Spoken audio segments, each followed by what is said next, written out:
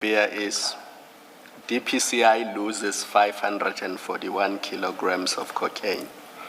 And you sent General Musikidi to assist with the investigation.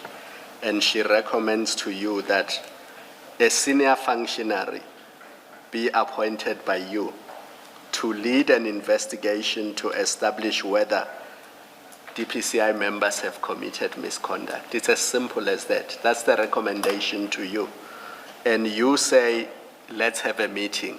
But if the meeting does not happen, nothing is going to happen to the DPCI members. There's not even going to be an investigation to determine whether they were negligent or grossly negligent, or if they did in fact steal the cocaine. So, if the investigation was to be done to the rest of the members, Commissioner, up to the brigadier level, it would take place there in the province. It will be done by the provincial head. No, but the directive has to come from you, because if the provincial head is implicated, he cannot investigate himself and his team.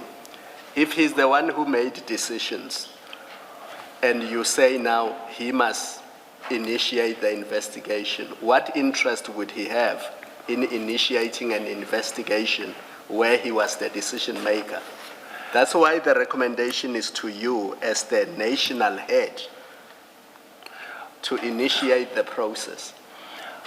I'm not sure, Commissioner, if where the Commissioner is reading that, the provincial head is implicated, because in other paragraph, it is the provincial head who must be providing progress reports.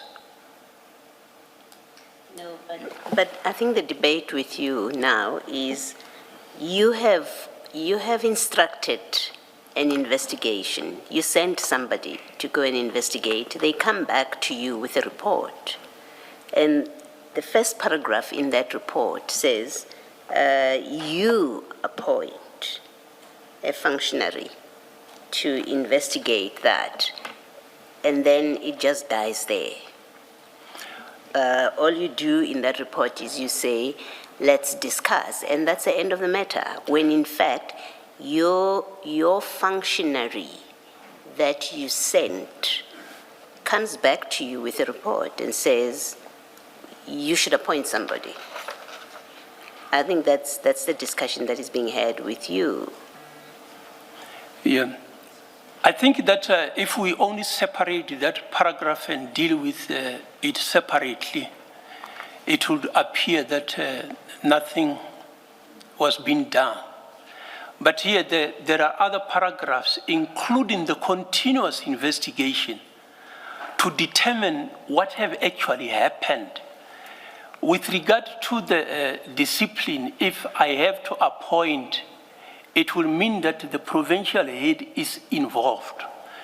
And this discussion shall have indicated if the provincial head is suspected to be involved, then that is when I will issue those directive notices. You would only know, Doctor, whether the provincial head was implicated in wrongdoing if you had instituted recommendation 6.1, which was the appointment of someone at the level of a major general to lead an investigation to establish whether misconduct was committed. At that stage, I don't understand that to be actually a disciplinary process. It's just to investigate, does it look like misconduct was committed here? And once that person comes back to you with a report, it's then that you will see whether, amongst others, the provincial head is also implicated in wrongdoing in the form of misconduct. So maybe let me ask this question. Did you reject recommendation 6.1 or did you accept it? I did not reject 6.1 as I directed the author to come and discuss. In terms of application of the regulation, my understanding has been that to initiate an investigation, you must identify the person against whom the investigation is conducted. That was going to be identified by the person at the level of a major general whom you would have appointed. That's the person who would identify all the people that that person thought had committed misconduct. That's the person who would do the identification. Or are you reading this differently? If so, on what basis are you reading it differently? Just look at 6.1 as I'm engaging you and tell me why it does not mean what I've just said to you. My reading is that we are applying regulation 8 of the discipline regulation, and it have got a starting point. Where does one appoint? I have not seen anywhere where we'll appoint a commissioner, a person and say, come and investigate departmental matter. We don't know who is implicated. Who do you give notice that there is this investigation?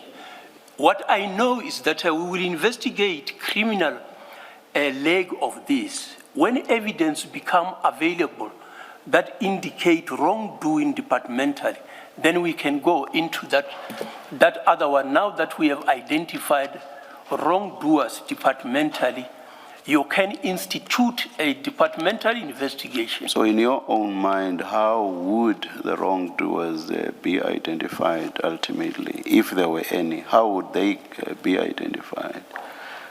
Apologies that we appear to be probing at this stage. I guess, yeah, it was a simple question when it was asked of you by Commissioner Khumalo. But then follow-up questions became necessary. How would wrongdoers be identified? In some states, Short of just throwing up your hands in the air and basically doing nothing about this. yeah. For me, when you put the investigation team criminally to investigate that, they will unearth what have actually transpired. If the members of the DPCI are found to be involved, those reports will trigger the initiation of departmental. Normally, even if it is the criminal investigation is handled at another unit outside the Hawks, the moment they identify the possibility of departmental contravention, they will report to the immediate supervisor of those members to consider departmental investigation. Last question from me on this. So do I understand you to say that recommendation 6.1 was legally incompetent? No, I do not say that it was incompetent. If it was legally competent, then I still don't understand why you did not implement it. Anyway, that's, as I said, that's the last question. I think we will come back to it because I know Advocate Ngube has her own way of dealing with it. But for now, the simple question was really, did you do anything about this? And the answer is you did not, because General Musikidi never had the meeting with you. I will accept that one. Yes. Thank you. Can I just clarify? The General Musikidi report, did it not have names of people that were involved with the operation and the handling and the decisions about storage? Did it not have those kind of details? I do not recall the nitty-gritties of the content of what it all mentioned, but it did not suggest as to who should we investigate in this disciplinary process. Yeah, let me interrupt you, sorry. I accept when you say it did not say who should be in the disciplinary investigation. I was just asking whether she reported back to you in this report that so-and-so was in the operation, so-and-so was made the decision or authorized the decision to handle these goods, so-and-so authorized the decision to store them in Port Shepstone? I'm asking that kind of a simple question. I can't recall the nitty-gritties in the report, but the members who performed several activities shall have been included. Thank you, General. I'm certain Ms. Sigels-Ncube will probably, at the stage of probing you, General or Doctor, will take us through that report and show us how, if at all, there were shortcomings in it insofar as, for example, issues of identifying possible culprits. Thank you.